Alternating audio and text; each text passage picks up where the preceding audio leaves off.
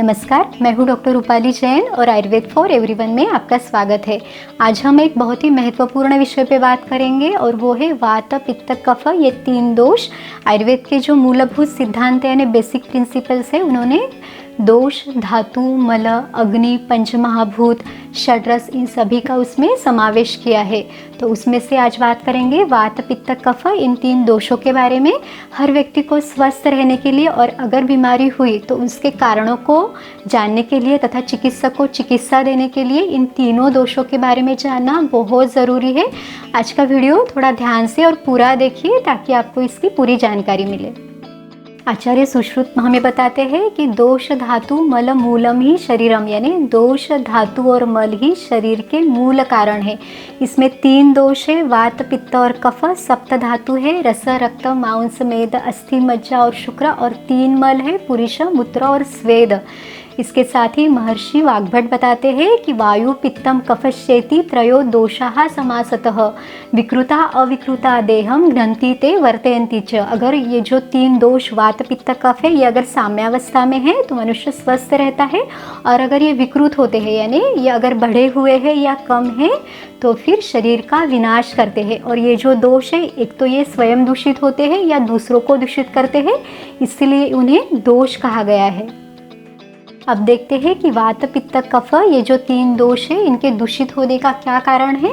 तो आयुर्वेद शास्त्र के निर्देश के विरुद्ध अगर आहार विहार का सेवन किया गया, यानी अगर आपका खान पान और शारीरिक क्रियाएं अगर अनुचित रही तो ये दोष दूषित होते हैं।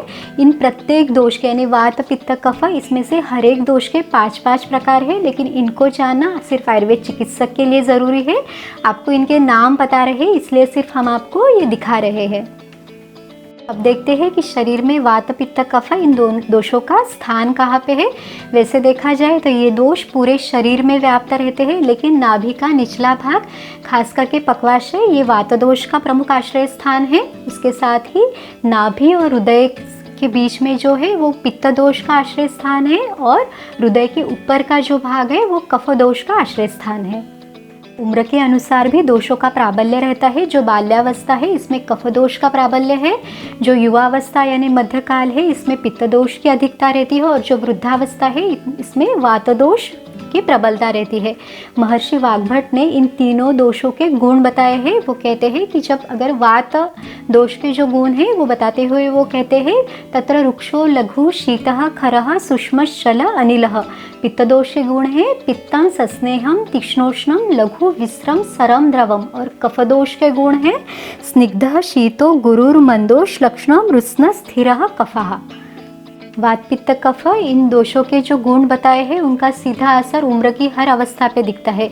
जैसे वृद्धावस्था में वात दोष की प्रबलता रहती है, और वात के जो गुण है वो है रुक्षता, खरता, चल गुण। तो हम देख सकते हैं कि वृद्धावस्था में काफ़ी बार वात व्याधियाँ बहुत ज़्यादा बढ़ जाती है, फिर त्वचा में रूखापन आने लगता है, कपकपी, अस्थिरता, ये लक्षण भी हमें दिखाई देते हैं।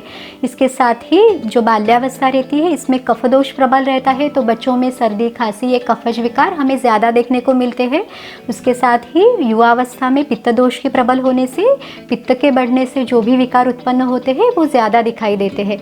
दिन के अवस्था में यानी जैसे सुबह कफ की प्रबलता है, 10 बजे से 2 बजे तक पित्त की प्रबलता है, शाम को वात की प्रबलता है, और वैसे ही रात के जो 3 उन्होंने भाग किए हैं उसमें भी वात, पित्त, कफ, इन दोषों का बढ़ना या कम होना ये चलता रहता है। दोषों का प्रभाव हमारी जाठराग्नि पर भी रहता है। वात दोष के प्रभाव से जाठराग्नि विषम होता है, और जो पित्त दोष की वजह से अग्नि तीक्ष्ण होता है, और कफ दोष की वजह से अग्नि मंद होता है। तो जिनकी वात प्रकृति है उनका अग्नि विषम रहेगा, उनको कभी भूख लगेगी कभी नहीं लगेगी। और जिनकी पित्त प्रकृति है, जिनका अग्नि तीक्ष्ण है, उन्होंने अगर पहले कुछ खाया तो भी उसका पचन बहुत जल्दी से होगा, उनको बहुत जल्दी भूख लगेगी। और जिनकी कफ प्रकृति है उनका अग्नि मंद रहेगा, तो उनको जो भी वो खाएंगे उसका पचन होने में उनको देर लगेगी। प्रकृति के बारे में हम विस्तार से आने वाले वीडियोस में देखेंगे। ऋतुओं का असर भी दोषों पे पड़ता है। तो आयुर्वेद ने 6 ऋतु बताए हैं, शिशिर, वसंत, ग्रीष्म, वर्षा, शरद और हेमंत। तो वात पित्त कफ इन दोषों का जमा होना, इनका बढ़ना और कम होना, यानी जिसे संचय, प्रकोप और प्रशम कहा गया है, ये निसर्गतः ऋतुओं में होते रहता है। तो इसमें जो वर्षा ऋतु है इसमें वात का प्रकोप होता है, जो शरद ऋतु है इसमें पित्त का प्रकोप रहता है, और जो वसंत ऋतु है इसमें कफ का प्रकोप रहता है। तो आयुर्वेद ने ऋतुचर्या का उल्लेख किया है, और इससे अगर हम ऋतुचर्या का पालन करेंगे तो हम उस ऋतु में भी स्वस्थ रह सकते हैं।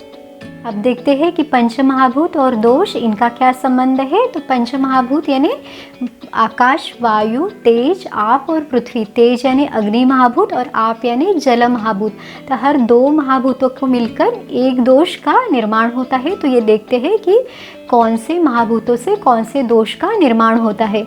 तो पृथ्वी और जल महाभूत बनकर कफ दोष को बनाते हैं, जल और अग्नि महाभूत पित्त दोष को बनाते हैं, और वायु और आकाश महाभूत से वात दोष की उत्पत्ति होती है।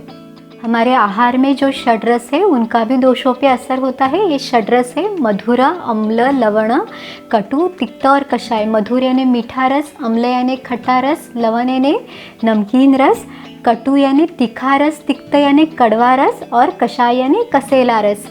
तो हम देखते हैं कि इन रसों का दोषों पे क्या असर होता है। तो जो मधुर, अम्ल, लवण यानी मीठा, खट्टा और नमकीन रस है ये वात दोष को कम करता है। जो तीखा, कड़वा और कसेला रस है ये कफ दोष को कम करता है, और जो कसेला, कड़वा और मीठा रस है ये पित्त शामक है। महर्षि वाग्भट कहते हैं शमनम, कोपनम, स्वस्थ हितम, द्रव्यमिति त्रिधा। यानी हमारे खान पान की जो चीज़ें हैं वो एक तो वाताति दोषों का शमन करेगी, या फिर उसे कुपित करेंगी, या फिर स्वस्थ रहने के लिए हमें वो सहायक होगी। जैसे शमन द्रव्यों में हम देखते हैं कि अगर तेल यानी जैसे तिल का तेल वात दोष का शमन करता है, घी यानी जो गाय का घी है वो पित्त दोष का शमन करता है, और मधु यानी शहद जो है ये कफ दोष का शमन करता है। आयुर्वेद ने पंचकर्म चिकित्सा यानी शोधन चिकित्सा का वर्णन किया है। तो वात दोष के लिए बस्ती चिकित्सा, पित्त के लिए विरेचन चिकित्सा और कफ दोष के लिए वमन चिकित्सा का उन्होंने वर्णन किया है। और ये भी बताया है कि चय एव जयेत दोषा, यानी दोषों को बहुत बढ़ने से पहले ही उनकी चिकित्सा करनी चाहिए।